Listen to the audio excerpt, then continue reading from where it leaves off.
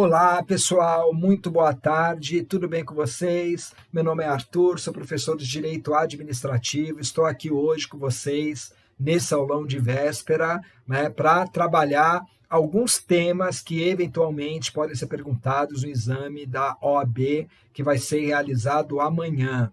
É evidente que dentro da limitação de tempo que nós temos é muito difícil, né, encontrarmos aí, conseguir acertar alguma questão, algum tema que efetivamente seja objeto de indagação, mas é importante nesses 15 minutos, até em termos de raciocínio, em termos de revisão, a gente trazer alguns pontos que eventualmente podem ser perguntados. Pessoal, sem prejuízo do que vai ser trabalhado, foi disponibilizado um material, na verdade é um slide, né, com todos os tópicos que já foram objeto de indagação em exames anteriores e que podem se repetir, que normalmente são perguntados nas provas da OAB. Então, vale a pena você pegar o slide é só em tópicos, né? Pelo menos ver, identificar aí os temas, né? As questões, né? De direito administrativo que podem eventualmente ser perguntadas amanhã, tá bom? Então, dê uma revisada no material, é uma sugestão boa. Eu escolhi basicamente, pessoal, para trabalhar com vocês, 2 temas que foram objeto de alteração recente. Por que eu fiz isso? Primeiro, porque é muito comum se perguntar temas que foram objeto de alteração. É muito bom para o examinador perguntar sobre isso. Segundo, porque pode ser que você, na faculdade, tenha estudado ainda com a lei antiga. Tá bom? Então, vamos lá, pessoal. Eu separei 2 temas. Licitação e improbidade administrativa. Em relação à licitação, vocês sabem, né, que antigamente as licitações e os contratos administrativos eram trabalhados basicamente com 3 leis, né? Basicamente, tá? A Lei 8.666, né, que era a lei principal das licitações, a Lei de 2002, que é a Lei do Pregão, a Lei 10.520 e o Regime Diferenciado de Contratação, que é a Lei 12.462. Essas 3 leis, pessoal, elas são revogadas agora a partir do dia 1º de abril, né, dia da mentira, 1º de abril de 2023, e são substituídas aí pela Lei 14.133 de 2021.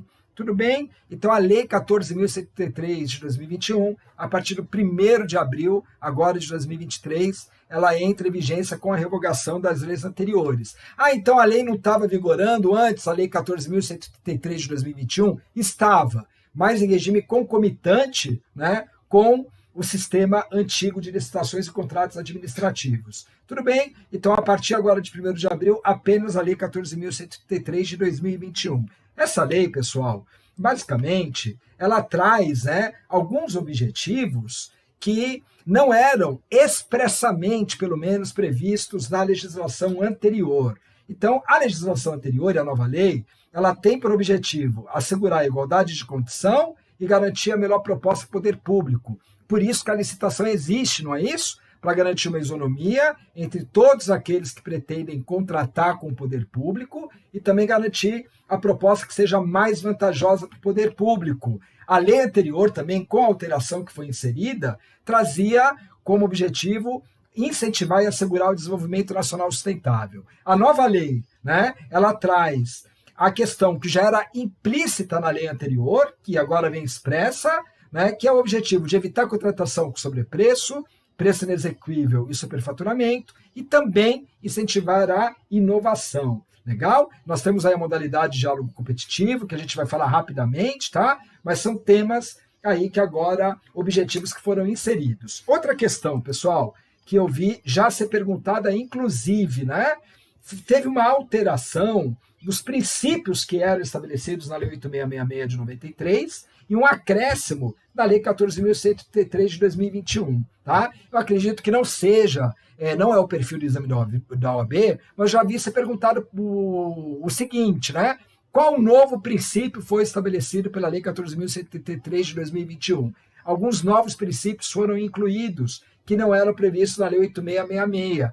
Pessoal, eu chamo a atenção a 2 princípios, né? A segregação de funções, né, que determina que o agente público que vai participar aí do processo de licitação, que cada agente público desenvolva uma função específica, que não tenha uma concentração de funções em apenas um agente durante o processo licitatório, tanto para evitar fraude, como para evitar eventual vício no procedimento, tá bom? Então, segregação de funções, no sentido de segregar funções para agentes públicos diversos, né, e como uma forma tanto de evitar vício, como também de evitar fraude, e o planejamento, que também é um princípio importante, né, planejamento da licitação, que envolve questão orçamentária, organização, né, aquela fase externa da licitação bem conduzida. O planejamento agora passa a ser um princípio expresso. Legal? Pessoal, outra alteração importantíssima e que eventualmente pode ser objeto de indagação.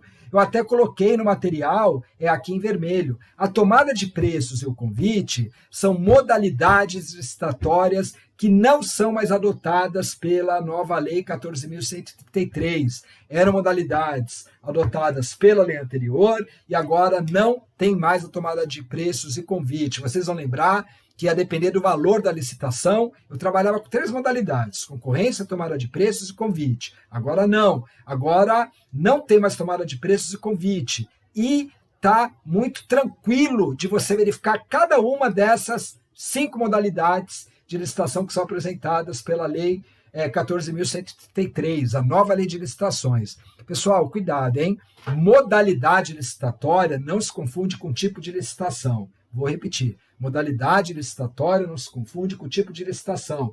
Tipo de licitação tem a ver com critério de julgamento, né? Menor preço, maior lance, não tem a ver com modalidade licitatória. Modalidade licitatória são essas que estão identificadas, tá certo? O tipo de licitação, né? Os tipos de licitação, eles têm uma previsão em relação ao critério de julgamento que vai ser utilizado. Tudo bem? Pessoal, para facilitar, basicamente, vamos trabalhar com 2 modalidades de licitação: pregão e concorrência, né? O pregão, que na lei anterior era utilizada para contratação de bens e serviços comuns, pela lei nova, né, ela segue a mesma proposta da lei anterior, só que ele mudou um pouco a nomenclatura. Ao invés de falar de contratação de bens e serviços comuns, agora ele passa a dizer que é utilizada sempre que o objeto da contratação possuir padrão de desempenho e qualidade que possa ser objetivamente definido pelo edital. Legal? Que bem que pode ser objetivamente definido pelo edital? Contratação de bens e serviços comuns, tá? Então, o pregão, ele vai sempre ser utilizado independentemente do valor da contratação, se o bem ou serviço for comum. Uma questão que eu já vi ser perguntada, inclusive serviço comum de engenharia. Agora a lei é expressa nesse sentido, tá bom? Então o pregão pode ser utilizado para serviço de engenharia? Sim, se for no serviço comum, ele pode. Legal? E a concorrência? A modalidade licitatória vai ser utilizada quando? Antes era para um objeto de grande vulto econômico. E agora? Agora, a concorrência vai ser utilizada sempre que não for possível pregão, ou seja, quando não for bem e serviço comum. Legal? Para contratação de bem e serviço especial e de obra e serviço comum especial de engenharia. Tá bom? Então, ou cabe o pregão, quando é um bem comum, que não precisa de uma especificidade técnica, aquele produto ou serviço que segue um padrão objetivamente aferível, identificado no edital, e a concorrência aí para a contratação de bens mais complexos, sempre que não for possível a utilização do pregão. Legal? Além do pregão da concorrência, pessoal, foi mantido o concurso, né? O concurso é um tema que sempre costuma ser perguntado, né?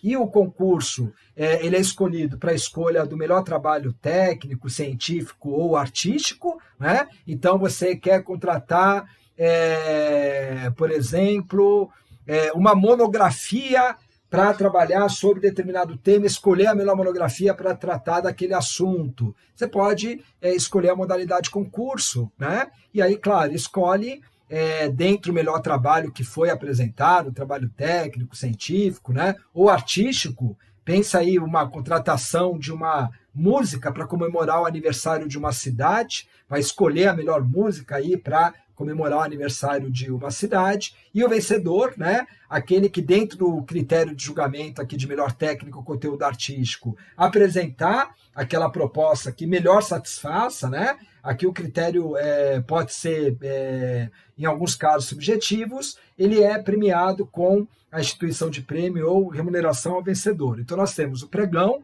concorrência, concurso e o leilão, né? O leilão também é uma modalidade importante, né? E o leilão é utilizado aqui para alienação de bens imóveis, móveis inservíveis ou legalmente apreendidos. Legal? O leilão, pessoal, cuidado, não se confunde com aquele leilão judicial, né? Que normalmente a gente vê no processo judicial, tá bom? O leilão aqui é o leilão da licitação, leilão da esfera administrativa dentro do procedimento licitatório. E além dessas 4 espécies, né, pregão, concorrência, concurso e leilão, nós temos o diálogo competitivo como modalidade nova. Legal? Eu deixei aqui anotado o diálogo competitivo, pessoal.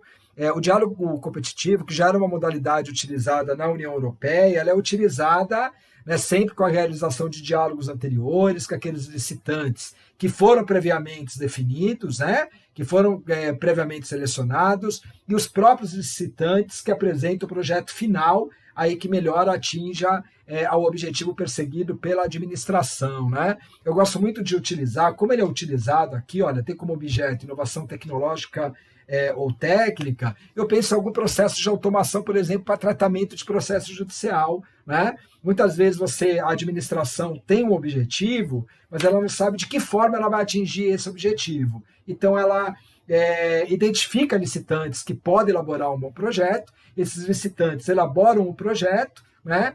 E o melhor projeto é escolhido, o processo licitatório, então, ele passa a ser promovido, e esses licitantes, né, que apresentaram o projeto participam do procedimento licitatório, e aquele que apresentar a proposta final mais vantajosa é que leva, né, aí o objeto da licitação. Então, atenção para o diálogo competitivo, né, que é essa modalidade, sempre que envolver inovação tecnológica, inovação técnica, quando o órgão precisar, né, sabe qual é o objetivo perseguido, mas não sabe o caminho a ser percorrido, qual projeto vai ser elaborado, os próprios licitantes elaboram o projeto e depois tem a publicação do edital, né, para averiguar qual vai ser a proposta mais vantajosa aí para a administração pública. Tudo bem, pessoal? Então, basicamente, nós temos essas questões que envolvem, né, aí a nova lei de licitações, né? Eu coloquei aqui a consulta, que é uma modalidade que não foi expressamente revogada, né? Não é prevista na lei de licitações, mas é aplicado aí para as agências reguladoras, para aquisição de bens e serviços não comuns. Então, consulta é importante você saber que existe, né? Inexigibilidade e dispensa da licitação, que é um tema muito comum. Não tiveram grandes alterações, né? Só lembrando que continua a mesma sistemática, a inexigibilidade continua sendo um rol não taxativo, né? A inexigibilidade tem inviabilidade de competição, e a dispensa da licitação, o legislador, né, ele dispensa a administração, como o próprio nome diz, de realizar a licitação dentro de um rol taxativo. Tudo bem? Tranquilo, pessoal. Em relação à improbidade administrativa, vocês sabem que teve alteração, né? Basicamente, a Lei 8.429 foi revogada integralmente pela Lei 14.230, ou pelo menos muitos aspectos dela, né? Mas foram mantidos, pessoal, os tipos da Lei de Probidade Administrativa, né? O artigo 9º, que trata do enriquecimento ilícito, o artigo 10º, que trata do prejuízo erário, e o artigo 11º, que trata da violação aos princípios da administração pública. O STF, pessoal, recentemente, ele teve a oportunidade de se manifestar sobre a constitucionalidade desses dispositivos e firmou basicamente essas 4 teses, tá? Então, olha, só para a gente retomar de maneira bem rápida. Então, primeiro, necessária comprovação do dolo, o elemento subjetivo dolo. Então, não tem mais, como tinha na lei anterior, o artigo 10º, né? Admitia na lei anterior, 8.429, a modalidade culposa, não se permite mais apenas o dolo, né? Em relação, pessoal, à retroatividade da lei de improbidade administrativa, né, o Supremo Tribunal Federal fixou a tese de que essa lei ela não tem incidência em relação à eficácia da coisa julgada, mesmo que o processo esteja na fase de cumprimento de sentença, ainda que ele esteja em processo de execução. Então, não retroage, ao contrário do direito penal, né, que tem o princípio da retroatividade da norma penal mais benéfica. O Supremo definiu que a lei de improbidade ela não desfaz a coisa julgada. A gente sabe que no processo penal tem a revisão criminal, né? Aqui o Supremo não aplicou ao direito administrativo sancionador, né? A lei de improbidade administrativa, essa possibilidade de desfazer a coisa julgada. Legal? Tranquilo em relação a isso, pessoal? Se o processo ainda estiver em trâmite, não tiver transitado em julgado, é o item 3 aqui da tese do Supremo, o juiz tem que averiguar, né, e a parte tem que demonstrar o dolo. Não se admite mais a condenação aí por ato de improbidade na modalidade culposa. E, por fim, em relação ao regime prescricional, é só lembrar a regra do tempus regit actum, legal? O novo regime é irretroativo, só se aplica a prescrição aos novos marcos temporais a partir da publicação da lei. Pessoal, um outro precedente do Supremo para a gente encerrar, tá? A lei foi alterada para atribuir ao Ministério Público a legitimidade exclusiva para ajuizar a lei de probidade administrativa, para ajuizar uma ação civil pública com fundamento na lei de probidade administrativa. O Supremo Tribunal Federal, né, ele apreciou também, em controle concentrado de constitucionalidade, essa questão e definiu que a pessoa jurídica interessada também tem legitimidade para ajuizar a ação, solicitando aí, né, requerendo a aplicação das sanções à lei de probidade administrativa. Tudo bem? Pessoal, encerro, porque o nosso tempo é extremamente curto e fica disponibilizado para vocês aqui o slide, tá? Que vai ser disponibilizado. Faça uma revisão, vão com confiança para a prova. Eu acho que vocês têm aí, né, mantendo a tranquilidade, enfim, vocês vão ter aí possibilidade de aprovação e a gente vai estar na torcida para que vocês aí consigam ter um ótimo desempenho na prova de amanhã, tá bom? Pessoal, um abraço grande para vocês, boa sorte na prova, tá? E tudo de bom. Grande abraço, até logo, tchau, tchau.